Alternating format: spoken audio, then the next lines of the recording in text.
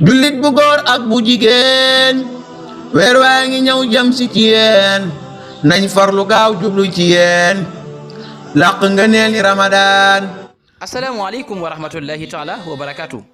mbokki jullit yi mbokki taalibe yi gannaaw bañ leen nuyoo di leen ziar di leen baalu àq di ko sàkku ci yéen fas yéene dikk ak yéen ci naafilay bis bi ñeenteelu guddi ci weeru koor naafilay Sëriñ Souhaïbou Mbacké ñeenti rakka ñaari sëlmal rakka bu nekk fatiha benn yoon qul yaa ayyuhal kaafiruun ñetti yoon sëriñ bi nee na ku ko def des na ko jéggal ay bàkkaaram balaa mu jugee fam ko doon defee te it des na ko bindal yoolu junni nit yu jaamu yàlla kon yàlla nañu yàlla defal tawféex te defal leen ko nangul na sunuy koor te nangul leen seeni koor wasalaamu aleykum.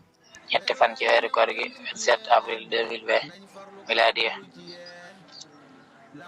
heure yi lañu jàpp ci Touba ñu ngi jàpp 5h25 di dog 19h24 Dakar ñu ngi jàpp 5h31 di dog 19h30 Thiès ñu ngi jàpp 5h29 di dog 19h28 Fatick ñu ngi jàpp 5h27 di dog 19h26